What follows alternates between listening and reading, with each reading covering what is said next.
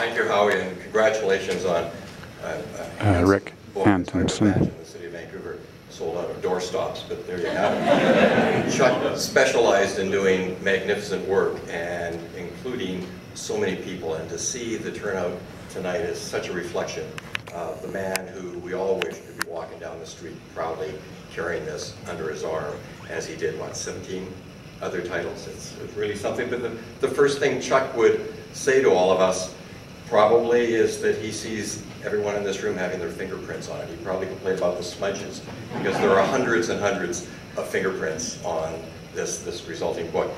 Thank you for a couple of minutes to talk a bit about Chuck and then maybe a bit about the book. We did go back a long way. In fact, I ran into Deb McVitie tonight and from 32 Books, and it was reminding me that I first knew Chuck back when we worked together running an association that Chuck actually grew a little bit fond of at the time.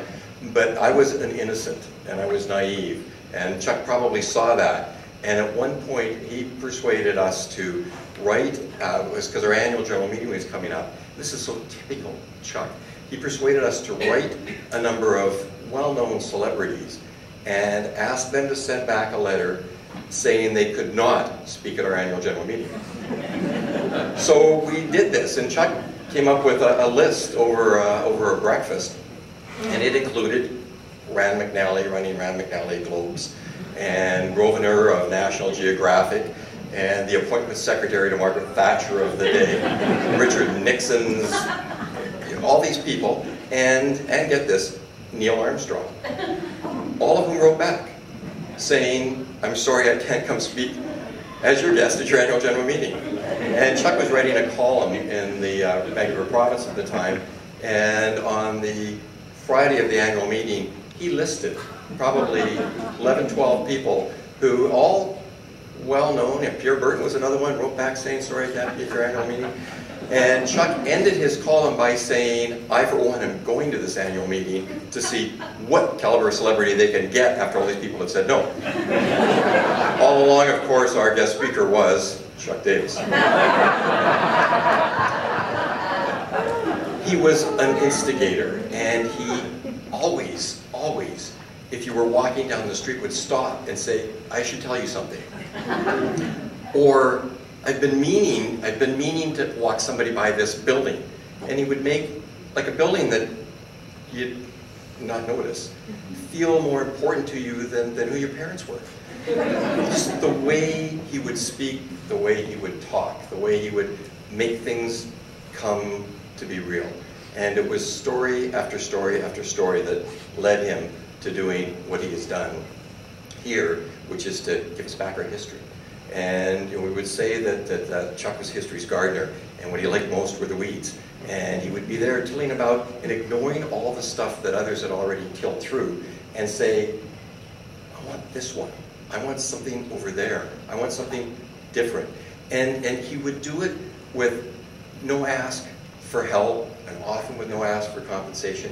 He did it because he probably could not do it, which in front of a publisher is probably bad English.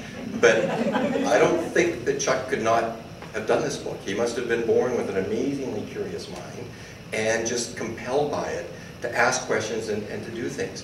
I was once, as Howie said, I run with a crowd known as Tourism Vancouver, and I was once in our Chicago office on a convention that we were trying to bring here, and we were in their offices, and this is, I don't know, maybe 9, 10 years ago. And we sat with some of the board members around this table that had 8 or 10 chairs. And each chair had a name there, and I asked why they were named. And they said, "Oh, those are named after our board members of the founding board in whatever it was, 1932. So I'm back catching up on stuff a week later, and it's about 10 o'clock at night. And I think, well, wait a sec, Tourism Vancouver, we started out in 1902. So we're a 100 and whatever year-old organization.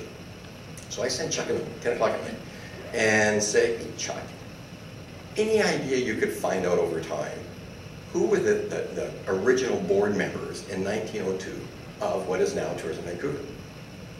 God's truth. 9 minutes later, an email comes back with 7 or 8 names. So I sent him back a note. He said, "Davis, if your service time don't improve, we're going to discontinue the relationship." But he was like that, and he would find things. He showed up one day and he said, here are a list of people who used to be the volunteer chair of your organization. And look at it. It didn't start in 1967 or 1954, it started in 1902. He would do that. And we know that he was doing that for all sorts of the city parts, different people. He would help. He would do whatever he could to bring the treasure that he felt everybody had to share in, and that's Vancouver. He loved history, he loved people, and he always loved, I've got to tell you a story. There was so much in it. So, but to everybody being here tonight, and to Ed and Stephanie, thank you for sharing Chuck with us. I know sometimes you probably wanted to push him out. I had breakfast with Chuck.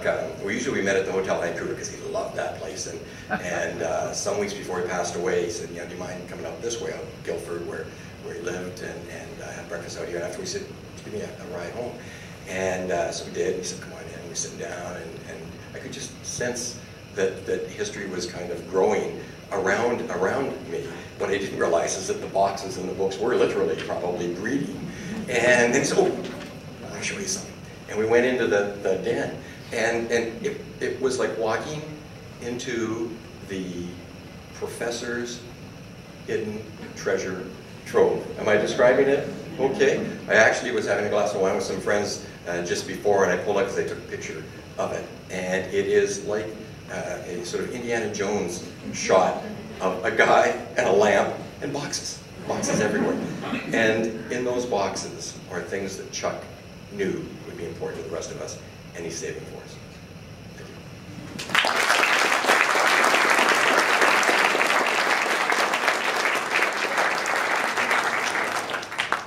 Thank you. Thank you, Rick.